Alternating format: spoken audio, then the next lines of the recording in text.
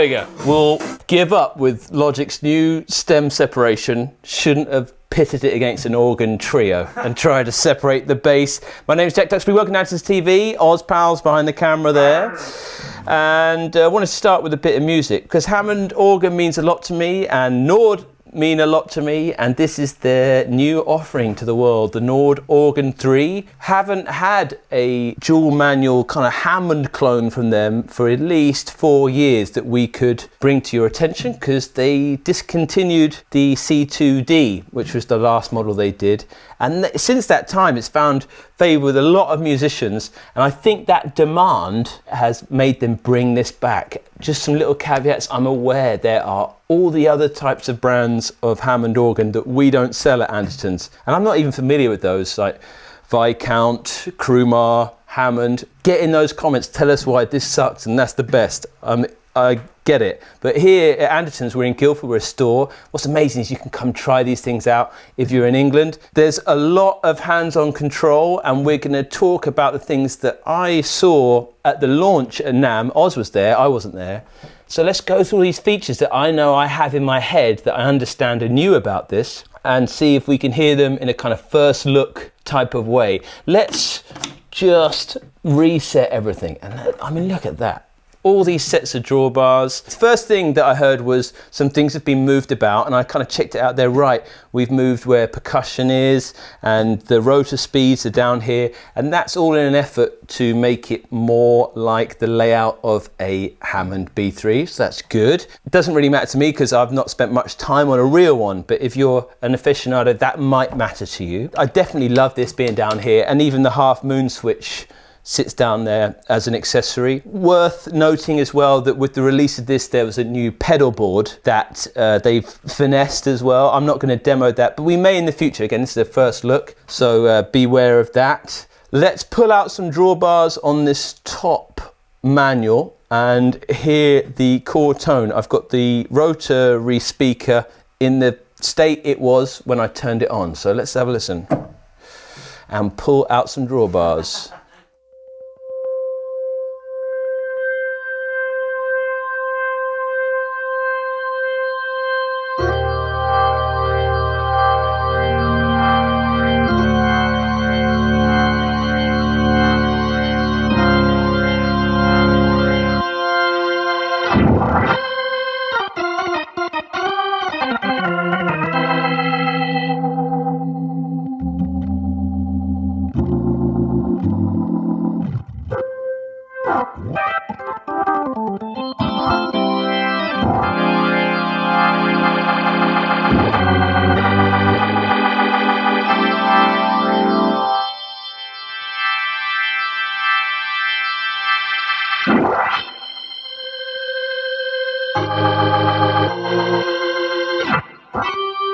That's going to take some getting used to. I don't know how those guys do it, flicking back and forward. I mean, I see them, but again, if you're into that, but I love the sound of the Nord organ already. There's some things in there that are new that we can try unpack. I'm going to go for something that really turned me on. The inclusion over here in the reverb, check that out.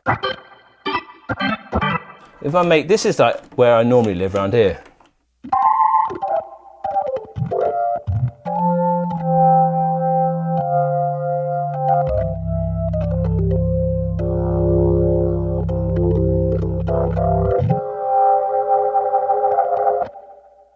That reverb, we've got a spring reverb in there that I love, and it's got a very cool feature I didn't even know I wanted, but I wish will filter down to subsequent things in Nordland. This idea of not only a spring reverb, which is new to this model, but the idea that it can be pre or post rotary speaker. As a guy that's flirted with buying rotary speakers in the past, you'll see that some of the really popular models, the sought after ones, have spring reverbs in. And so you were hearing spring reverb come out of the rotary speaker. So let's see if we can hear the difference. I'll get a quite full-bodied sound.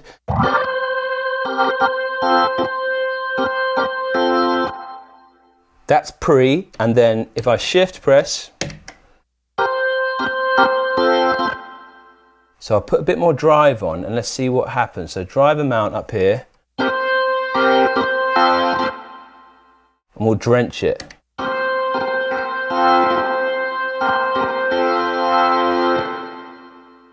Now pre.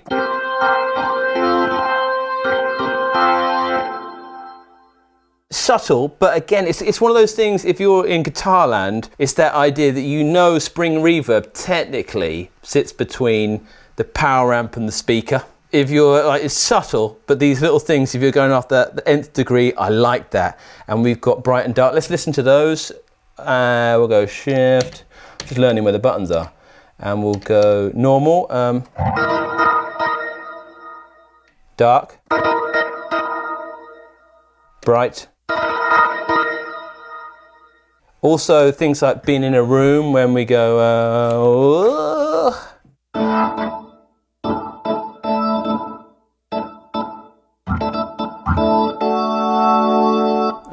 we'll go.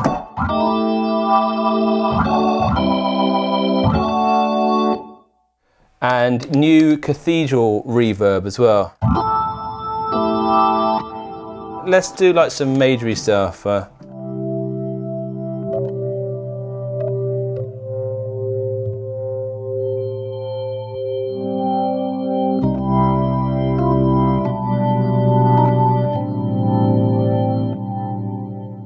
Beautiful new line, and we can even modulate that and get some quite contemporary things. I'm guessing this will be a wibbly wobbly reverb. Hopeful there.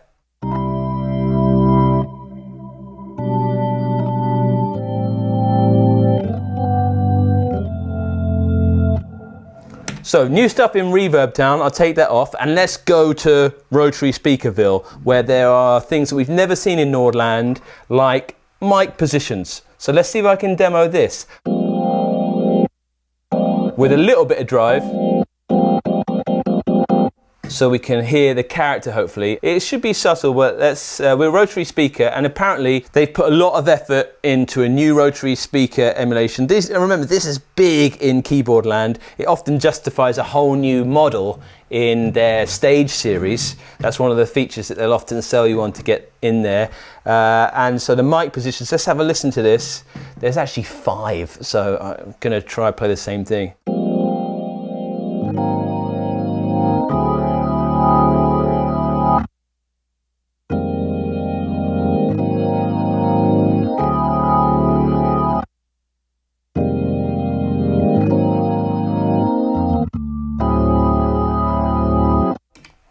Four.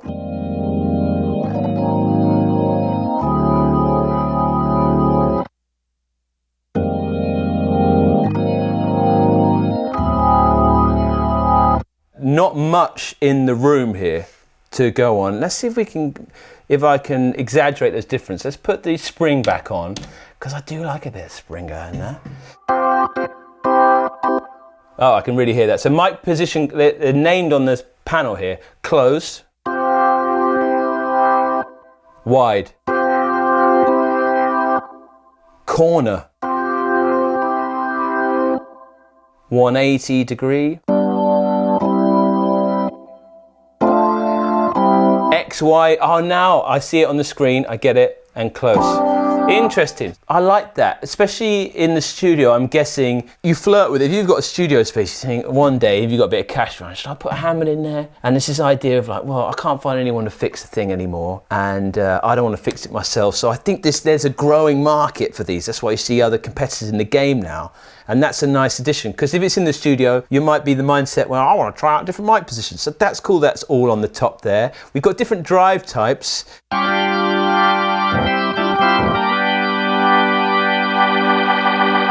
Drive type 2.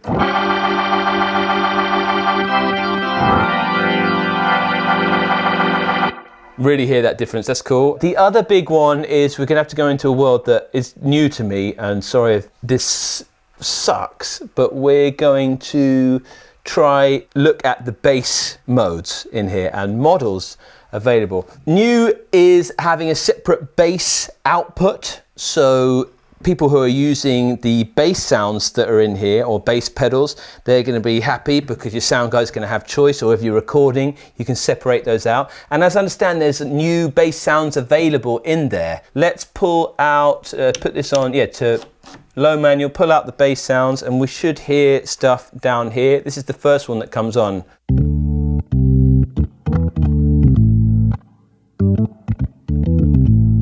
And I've got alternates. Here, if I go hit a bass, let's take the alternate off. Cool. The alternate.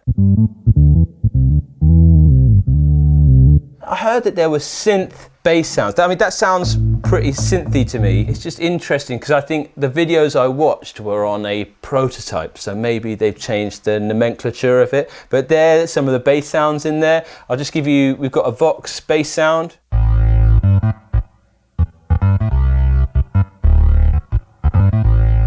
And the alternate there. Yeah, good presence there. And pipe.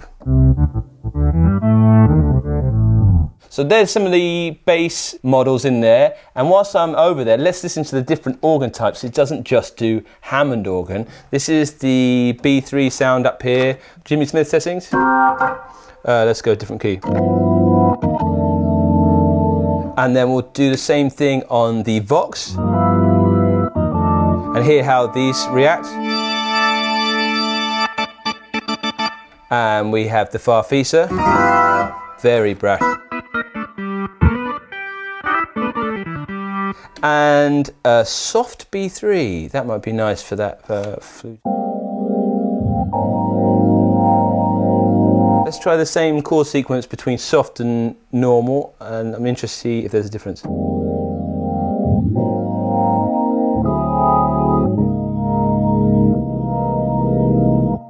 Normal B3.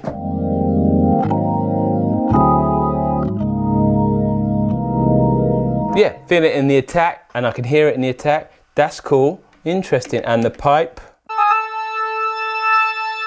And then this is where, forgive me in a review, I'm gonna have to keep aware of all the different ingredients and cook with it together. Obviously it's got presets that we can flick through, and we might do in another video, but trying to go through the new features. Let's get the cathedral going and get rid of that chorale and see what happens.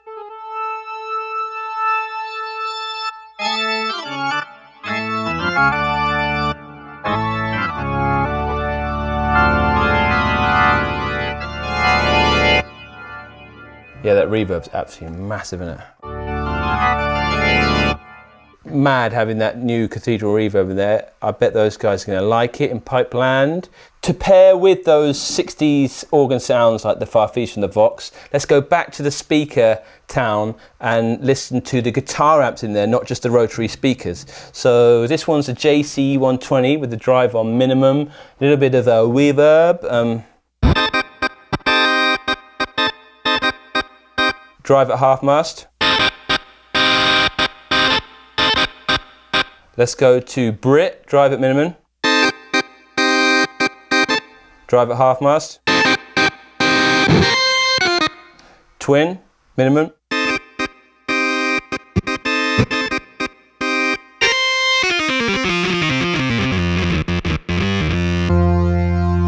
Cool, back to Rotary Town. Let's hear, whilst we're there, and see if we can hear a difference on this bass wide switch. So if I go back to the rotary speaker, standard mic position, drive at half mast, B3 mode.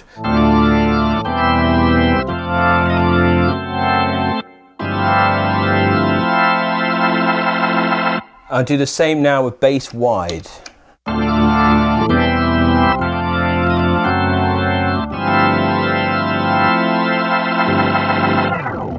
And maybe I need to be playing bass, so if you can't hear that and you're shouting at me, let's go to the bass model, go to B3, and I'll shift, alternate, bass wide, off. Cool, that's that. Also, things like if you want to switch quickly between two settings here, we have drawbars A and B for each manual. So up here, the upper manual here, I can tap these and I can go quickly between, say, 3 drawbars out and 3 with 2 on the top. So I could be like,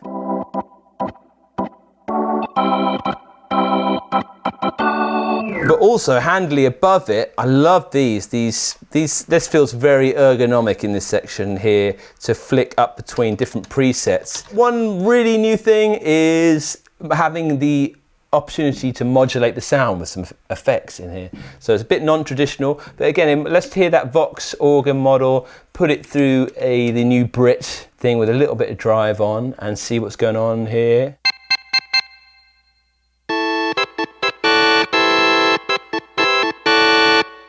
And we can put some modulation on now. So we've got a phaser.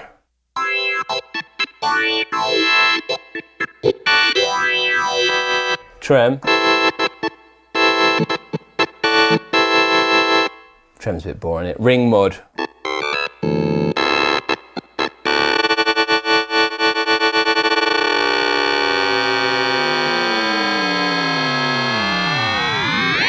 Sick. Yes. Bit of flange Lena Jolie. So yeah, maybe I'll mellow it out a bit. We'll go back to here, draw by.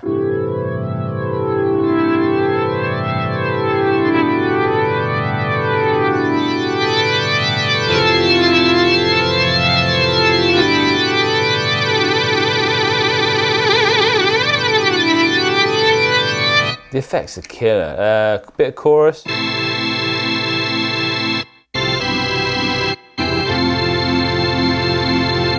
So if you're feeling a bit experimental, you can get into those. We've got EQ in the delay. I'm not sure if anything's new in here, but just let's have a listen to that on a B3 sound. Get a rotary speaker going, bit of that. Everything half mast. Let's get amount, feedback.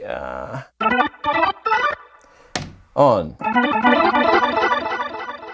Let's see how long that, see if we can play with the feedback a bit. And we can filter those. We can low pass, darker, high pass should be thinner, and then band pass.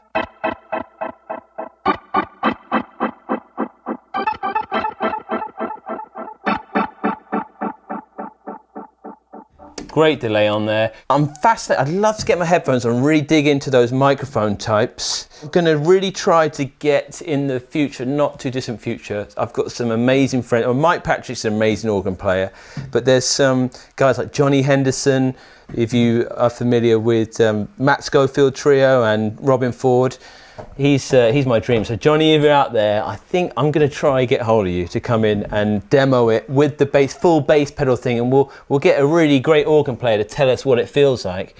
Other things of note are, and unique in the Nord range, are having a proper rotary speaker output, which cannot be underestimated. If you're fortunate enough to have one, it's got the output there. Monitor in, so if you're on the gig, you can actually listen to what you're doing.